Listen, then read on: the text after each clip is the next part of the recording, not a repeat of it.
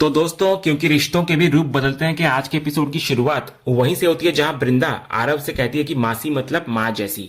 इतना बोलकर वो प्यार से उसके बालों पर हाथ फेरने लगती है, लेकिन तभी आरव तुरंत पीछे हट जाता है और कहता है कि प्लीज उसके बालों को हाथ ना लगाए वो। ये सुनकर वृंदा मुस्कुराते हुए कहती है कि ठीक है, अब वो उसके बालों को बिल्कुल भी टच नहीं करेगी। इसके बाद वो आरव को उसका गिटार वापस देती है और प्यार से उसके गाल थपथपाकर कमरे से बाहर निकल आती है। बाहर आते ही सलोनी वृंदा से मुस्कुराते हुए कहती है कि आरव बिल्कुल अपने पापा पर गया है, उसकी हर आदत अंगद भैया जैसी लगती है। लेकिन यह सुनकर वृंदा तुरंत मना कर देती है। वो कहती है कि नहीं, आरव बिल्कुल तुम पर और देव पर गया है, उसकी शक्ल और आदतें तुम दोनों पर गई हैं और यही सच है। इतना कहकर वृंदा वहां से आगे बढ़ जाती है। दूसरी तरफ मुन्नी जैसे ही अंदर अपने कमरे में आती है, वो अपनी बेटी टिम्सी को देखकर हैरान हो जाती है। टिम्सी ने छोटे कपड़ों के ऊपर एक स्टाइलिश जैकेट पहन रखी होती है, लेकिन वो जैकेट कोई और नहीं बल्कि मुन्नी की महंगी बांधनी साड़ी काटकर बनाई गई होती है। ये देखकर मुन्नी चौंक जाती है और पूछती है कि आखिर उसने ये क्या कर दिया। लेकिन टिम्सी बिल्कुल बेफिक्र अंदाज में कहती है कि रिलैक्स माम, ये कितना सुपर कूल, अमेजिंग और हैपनिंग लग रहा है। मुन्नी परेशान होकर बोलती है कि वो उसकी इतनी महंगी बांधनी साड़ी थी और उसने उसे काट डाला। टिम्सी हंसते हुए कहती है कि उसने साड़ी खराब नहीं की, बल्कि उसे और भी कॉस्टली बना दिया है। ये उसका नया एक्सपेरिमेंट है। तो मुन्नी सिर पकड़कर बोलती है कि उसके एक्सपेरिमेंट के चक्कर में ये इस महीने की चौथी साड़ी बर्बाद हो चुकी है। तभी टिम्सी प्यार से मुन्नी को पूछती है कि क्या वो उससे प्यार करती है। तो मुन्नी भी मुस्कुराकर कहती है कि बिल्कुल, वो उससे बहुत प्यार करती है। टिम्सी फिर कहती है कि फिर आप ये बताओ कि आपकी साड़ी ज्यादा इंपॉर्टेंट है या फिर मैं। तो मुन्नी बोलती है कि तुम। फिर टिम्सी कहती है कि तभी तो आपकी साड़ियों पर एक्सपेरिमेंट कर लेती हूं मैं। इस पर मुन्नी कहती है कि अगर उसे ऐसे एक्सपेरिमेंट करने हैं तो पहले बता दिया करे, वो उसके लिए अलग से फैब्रिक मंगवा देगी, लेकिन उसकी साड़ियां वो ना काटे। टिम्सी फिर अपनी डिजाइन की तारीफ करते हुए कहती है कि अगर माँ कहे तो वो उनके लिए भी ऐसी ही ड्रेस बना देगी, लेकिन मुन्नी तुरंत मना कर देती है और कहती है कि वो अपना एक्सपेरिमेंट अपने तक ही रखे।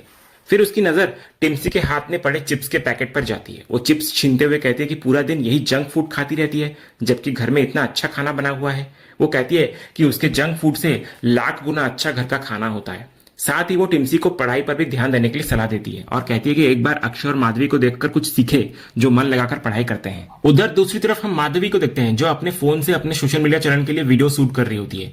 तभी अक्षय जो वहीं पर बैठा होता है उसको पूछता है, तू ये क्या कर रही है। तो माधवी बिना उसकी तरफ देखे कहती है कि मैं वीडियो बना रही हूँ, इतना भी दिमाग नहीं है क्या। ये सुनते ही अक्षय नाराज हो जाता है और पूछता है कि क्या उसने सच में उसे बिना दिमाग वाला कहा। फिर वो कहता है कि जब से वो पढ़ने बैठा है तभी से माधवी वीडियो बनाने में लगी हुई है। वो उससे फोन लेकर बाहर जाने के लिए कहता है, लेकिन माधवी पलटकर कहती है कि अगर इतनी दिक्कत है तो वही बाहर चले जाए। बस फिर दोनों भाई बहन के बीच जोरदार बहस शुरू हो जाती है। उसी समय वृंदा वहां पहुंच जाती है। कमरे की बिखरी हुई हालत देखकर वो दोनों से पूछती है कि आखिर यहाँ क्या हो रहा है। तो अक्षय तुरंत शिकायत करता है कि माधवी खुद तो पढ़ नहीं रही और उसको भी पढ़ने नहीं दे रही। वृंदा फिर माधवी को पूछती है कि वो पढ़ाई क्यों नहीं कर रही। उसको याद दिलाती है वृंदा की अगले साल उसकी 12वीं बोर्ड की परीक्षा है। तो माधवी बिल्कुल कूल अंदाज में कहती है कि उसे सब पता है और अभी तो पूरा 1 साल बाकी है। लेकिन वृंदा समझाती है कि बोर्ड एग्जाम कोई छोटी बात नहीं होती। लेकिन माधवी बोलती है कि जैसे 11वीं का एग्जाम दिया था वैसे ही 12वीं का भी दे दूंगी। वृंदा कहती है लेकिन उसके लिए पढ़ाई भी करनी होगी। माधवी कहती है इतना कौन पढ़ता है। तो इस पर अक्षय बोलता है कि वो पढ़ता है और उसको भी पढ़ना चाहिए। तो माधवी उसके पास जाकर पूछती है कि इतना पढ़ लिख कर आखिर क्या होगा, क्या वो मंगल ग्रह पर पहुंच जाएगा। फिर वो बोलती है कि अगर वो इतनी मेहनत कंटेंट क्रिएशन में करे जितनी पढ़ाई में करनी पड़ती है तो कुछ ही सालों में बहुत बड़ी और सफल इन्फ्लुएंसर बन जाएगी। तो अक्षय हंसते हुए कहता है कि उसके get ready with me video से कुछ नहीं होने वाला। तो माधवी पूरे कॉन्फिडेंस के साथ कहती है कि 5 साल बाद वो खुद पूरी दुनिया घूम रही होगी और अक्षय किसी सॉफ्टवेयर कंपनी में चश्मा लगाकर नौकरी कर रहा होगा। अक्षय मजाक उड़ाते हुए कहता है कि उसे तो एस्ट्रोलॉजर ही बन जाना चाहिए क्योंकि वो सबका भविष्य बता रही है।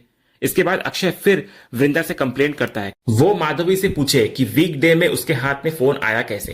तो वृंदा भी माधवी से पूछती है कि फोन तो सिर्फ वीकेंड पर अलाउड है, फिर उसने फोन कैसे निकाला। तो तभी माधवी तुरंत अक्षय पर भड़क जाती है और कहती है कि उसने फिर से उसकी चुगली कर दी। अक्षय कहता है कि वो चुगली नहीं कर रहा बल्कि सच बता रहा है। माधवी कहती है कि दुनिया में सिर्फ वही अकेली लड़की नहीं है जो वीडियो बनाती है, आजकल लगभग हर कोई कंटेंट बनाता है।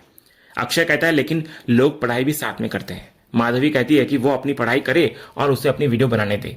दोनों के बीच बहस फिर से शुरू हो जाती है। तभी वृंदा दोनों को शांत कराती है। वो सबसे पहले माधवी से उसका फोन मांगती है। माधवी बिना कुछ बोले फोन वापस वृंदा को दे देती है। वृंदा उसको कहती है कि आप चुपचाप बैठकर पढ़ाई करें। उसी समय घर की डोरबेल बजती है तो माधवी को वृंदा कहती है कि मेहमान आ गए हैं। वो वापस आकर चेक करेगी कि उसने सच में पढ़ाई शुरू की है या नहीं। इसके बाद वो दोनों भाई बहन को सख्त हिदायत देती है कि उसके लौटने तक कोई लड़ाई नहीं होनी चाहिए। इतना बोलकर वृंदा कमरे से बाहर चली जाती है। दूसरे सीन में हेमंत का दोस्त वीरेन, जो कि उसका बिजनेस पार्टनर भी होता है, अपने परिवार के साथ घर पहुंचता है। यही वे मेहमान होते हैं जो प्रियंका को देखने आने वाले हैं।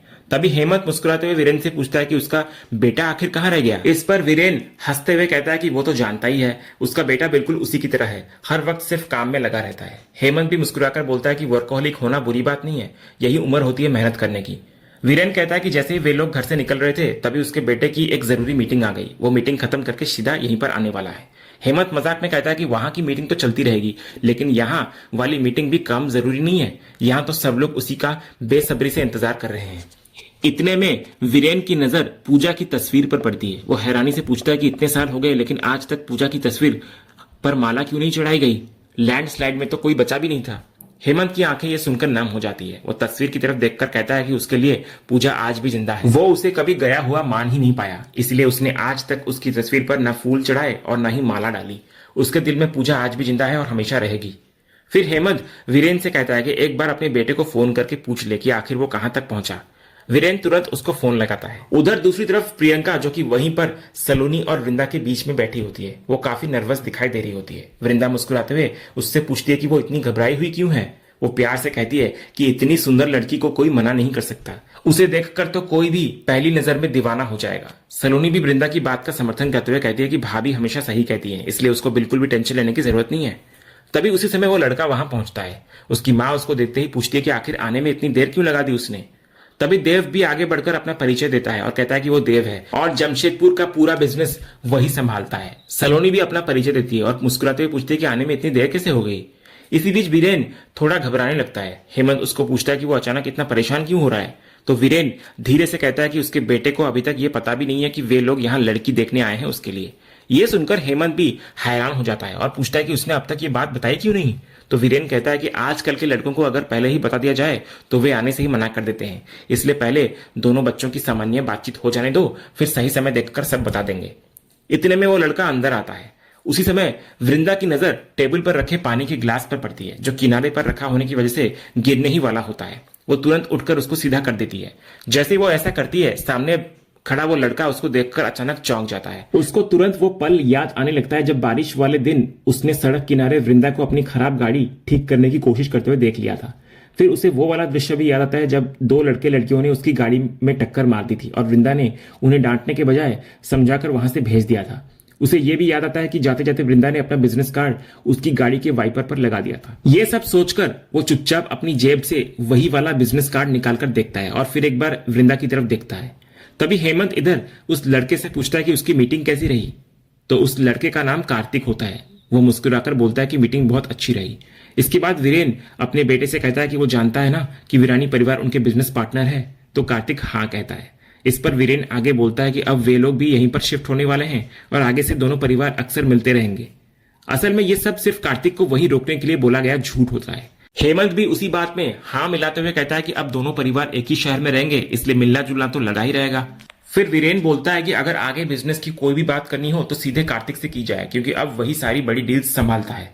हेमंत खुश होकर बोलता है कि यह तो बहुत अच्छी बात है, आखिर आने वाला समय नई पीढ़ी का ही है। उनके घर में भी अब बच्चे ही पूरे बिजनेस संभाल रहे हैं। इसके बाद हेमंत एक एक करके सबका परिचय करवाता है कार्तिक से। सबसे पहले वो देव और सलोनी से मिलवाता है, फिर प्रियंका का परिचय देते हुए कहता है कि उसके बाद वो मुन्नी का परिचय कराता है और फिर कहता है कि ऋतिक भी है उसका पति, लेकिन वो अभी इस वक्त यहाँ मौजूद नहीं है, किसी जरूरी काम से बाहर गया है। आखिर में हेमंत मुस्कुराते हुए वृंदा को बुलाता है। वो गर्व से कहता है कि ये उसकी बेटी वृंदा है और पूरे बिजनेस की असली जिम्मेदारी उसी के कंधों पर है। वो कहता है कि देव, ऋतिक और वो खुद भी बिजनेस संभालते हैं, लेकिन अगर आज उनका कारोबार इतना आगे बढ़ा है तो उसका सबसे बड़ा श्रेय सिर्फ वृंदा को जाता है। ये सुनकर कार्तिक सम्मान से वृंदा की तरफ देखता है। वृंदा इधर मुस्कुराकर हाथ जोड़ती है और कहती है जय श्री कृष्ण। उसी समय नितिन और सुप्रिया भी वहां पहुंचते हैं। नितिन सबसे अपना परिचय देते हुए कहता है कि वो वृंदा का बड़ा भाई है। सुप्रिया भी मुस्कुराकर कहती है कि वो वृंदा की वहिनी है।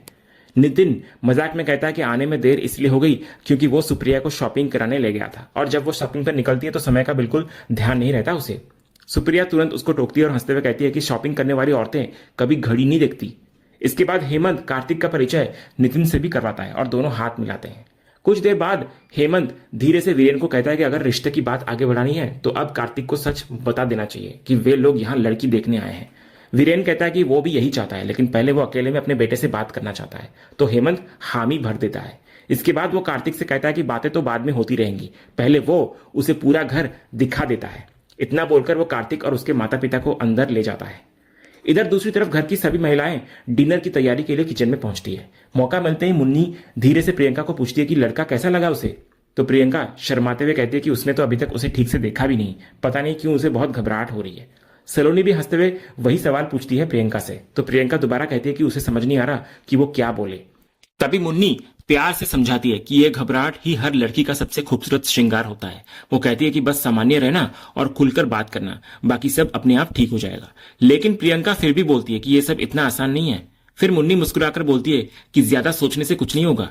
फिर वो मजाक में बोलती है कि पति लोग बिल्कुल वेफर्स जैसे होते हैं, बस आवाज ज्यादा करते हैं। ये सुनकर सब हंसने लगते हैं। तभी प्रियंका वृंदा की तरफ देखकर कहती है कि वही कुछ सही सलाह दे, क्योंकि ये लोग तो मजाक कर रहे हैं। लेकिन वृंदा हल्की सी मुस्कान के साथ बोलती है कि वो क्या सलाह दे, क्योंकि उसकी अपनी शादी का अंजाम तो सब जानते ही हैं। इतना बोलते ही उसके चेहरे की मुस्कान गायब हो जाती है। वो दूसरी तरफ मुंह फेर लेती है और उसकी आंखों के सामने अंगद के साथ बिताए वे सारे दर्दनाक पल घूमने लगते हैं, जब उसने उसके चरित्र पर सवाल उठाए थे, उस पर भरोसा नहीं किया था और उसे गहरी तकलीफ दी थी। और इसी भावुक पल के साथ आज का ये एपिसोड यहीं पर खत्म होता है। तो दोस्तों, आपको आज के एपिसोड का अपडेट कैसा लगा, अपनी राय हमें कमेंट बॉक्स में जरूर बताएं। अगर आपको आज का ये वीडियो पसंद आया हो तो वीडियो को लाइक और शेयर जरूर करें, और ऐसे ही लेटेस्ट एपिसोड के अपडेट्स जानने के लिए हमारे इस चैनल को सब्सक्राइब करना ना भूलें और बेल आइकन को भी जरूर दबाएं। मिलते हैं अगले एपिसोड के अपडेट के साथ, तब तक के लिए धन्यवाद।